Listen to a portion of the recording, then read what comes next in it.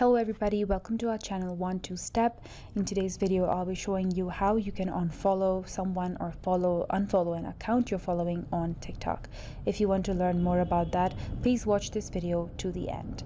If you're new to our channel 1-2 Step, do consider subscribing because we'll be doing more of these TikTok how-to series, and also hit the bell icon so you do not miss any new update from us.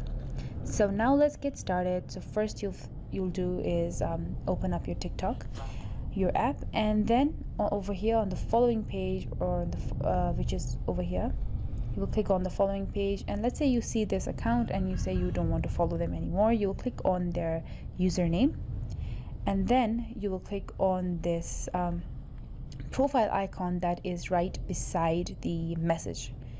So you'll click on that, and now you're unfollowed. So that's one way to do it. The other way to do it will be to go to your profile and then click on the following list over here, and then you'll see the accounts you're following.